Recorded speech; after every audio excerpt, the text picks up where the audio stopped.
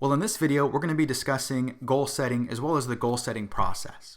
Goal setting is something that all of us do, whether it be in our personal lives, work, and so it's important to understand how to increase the effectiveness of the goals that we set. Over the course of the next several minutes, we're going to discuss or answer the questions as to what is goal setting, why is goal setting effective, and ultimately, how do we set effective goals? So first off, goal setting is really a process for establishing a desirable outcome that we hope to achieve. The idea is that we have a difference. There's a discrepancy between the position that we're currently in and the position that we desire, and we set a goal as a way to hopefully attain that desirable outcome, whether it be weight loss, graduating from college, attaining a highly coveted position with a specific firm, or a host of other things. Goal setting is the vehicle that helps us accomplish those outcomes. So why is goal setting effective? There's been a great deal of research over the last several decades as to why goal setting is effective, so it's impossible for me to cover the entire breadth of research. I'm merely going to kind of summarize a few of the key things. Now, the first thing is it allows us to focus our energies. Goal setting serves to rally our energies. If we have a goal, that becomes important to us. And so what happens is that everything that we do becomes now towards the achievement of the goal. Our behavior that we engage in on a day-to-day basis is affected by that goal that we have established. And so in doing, we affect our energies. We have a rallying point to focus our energies, assuming that it's a desirable goal. The next thing is that goals affect our persistence.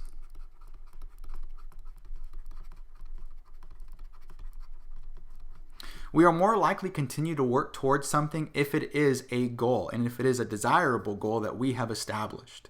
So we're more likely to continue to work hard in the face of adversity, try to overcome that adversity, and not quit so quickly as compared to something that maybe isn't a goal for us. If something gets a little difficult, if it becomes hard, we're not going to try because it's not important to us. But if we set a goal for something that truly is, then arguably we're going to work much harder to achieve that outcome because it's a goal that we set and it is important to us. Now, there are a variety of other things, reasons for the effectiveness of goal setting. Those are simply just two of them. So how do we set effective goals?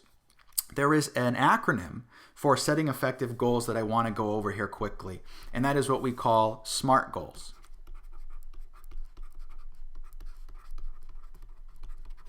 And what this stands for is specific,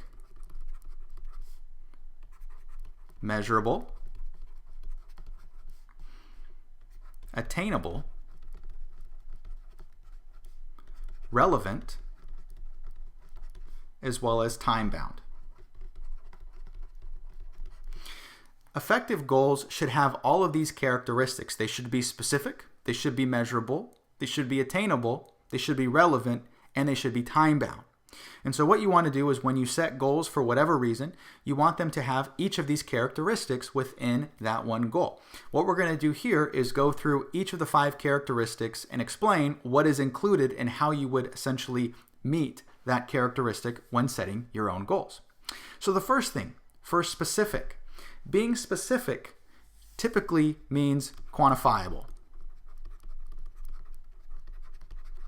One of the worst things that you can do is to set a very general and vague goal. Because remember, goals focus our energies. But if there's not a tangible figure to strive towards, then we really have nothing to shoot for. Right? One of the worst things you can do is just say, I'm going to do my best. There's been a lot of research that has shown that simply saying to someone, do your best, is the equivalent of not saying anything at all. It's very ineffective. And so when setting a goal, you want it to be quantifiable. One of the common things that people do, especially after the holiday season when we've kind of eaten ourselves into a stupor through Thanksgiving and Christmas, is we want to lose weight. And so we set a goal, I want to lose weight. Everybody joins gyms, gym memberships skyrocket for a 2-month period of time. You go to a gym in January and you simply can't find any machine ever because everyone is there. Gradually that dissipates during the year, but January and February are big months. So if we set a goal, I want to lose weight, that is probably one of the most ineffective things you can do, because how do you know when you've achieved the goal? Is it 1 pound? Technically, that's losing weight. Or is it 10, 15, 20?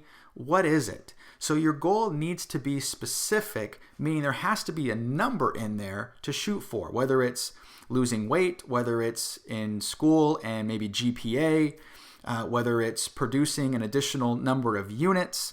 Whatever the case is, there needs to be a tangible figure because you have to be able to do step 2, and that is measure it. Unfortunately, if you're not specific in your goals, you're not going to be able to measure them. Measuring them is extremely important because you need to be able to determine whether or not you achieved the goal. That is a very, very big component of that. And if you can't measure it, how do you know when you've achieved it? So make sure that your goals are specific. Specific and measurable kind of go hand in hand. The next thing is attainable. Attainable implies if the goal is actually realistic.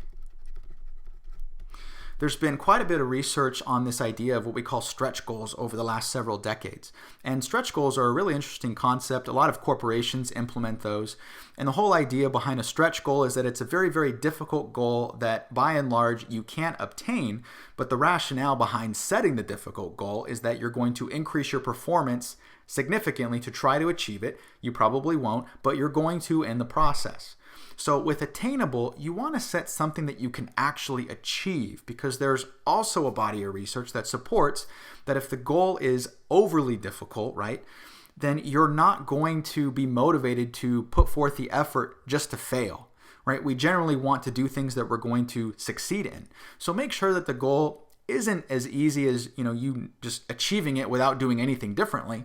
But you also don't want it to be so difficult that it's impossible to achieve because ultimately that's going to have a very demotivating effect on your actual behavior.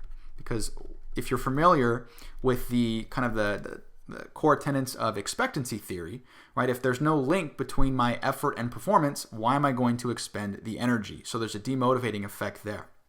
The next thing is relevant. Relevant is a very, very important thing you have to consider when setting goals.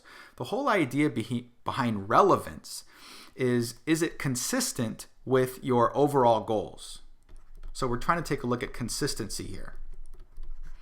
So the example I give you is if you're going to college and you want to graduate from college with a certain degree, the goals that you set should be consistent with that overall goal. So you should be setting goals along GPA and those types of things, and maybe hours of studying. You want to spend this many hours a week studying. Those will help you achieve your long-term goal of graduating from college, maybe with a certain GPA.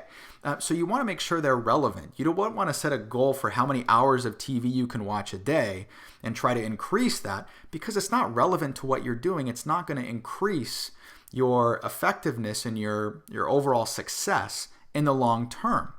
Likewise, if you wanted to attain a very highly coveted position with a certain firm, your goals should be along the lines of getting you to that point. So graduating with a certain degree, being involved in the right clubs and memberships and all those different other things, you wouldn't set goals that aren't consistent to that long-term goal. So make sure that they're relevant. A lot of times we set goals in a variety of different areas without thinking, hey, do these all come together and provide some purpose and or at least increase my success?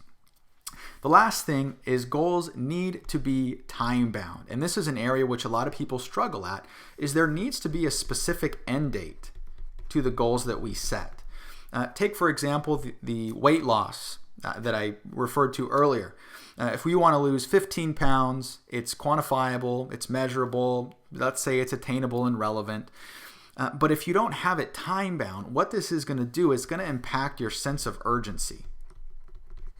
Having a specific end date affects urgency, right? Many of us don't get things done until the very last minute, right? We need that sense of urgency, whether it's doing homework or finishing projects. You can have 3 months and you'll start the night before because you don't have the sense of urgency. You don't have the fire lit under you to accomplish the goal. And so if you lack that time-bound characteristic, then, well, I'll get to it eventually. At some point, I'll do that. It's not important to you. But if you set a specific end date that's looking at you, staring at you in the face, you know, okay, I have this amount of time. I better get going. I need to get this goal accomplished here. So that's the SMART goal model. You want it to be specific, measurable, attainable, relevant, and time-bound. If you follow those characteristics and you include those in the goals that you've set, they'll be largely more ineffective than the goals lacking those characteristics. And although you won't guarantee that you achieve the goal, you'll at least increase the likelihood that you will be motivated to achieve the goal and possibly attain it. So that's it for now. If you have any questions, feel free and leave a comment in the box below. I'll be happy to get back to those as quickly as I can. And thanks for watching. Have a great rest of the day.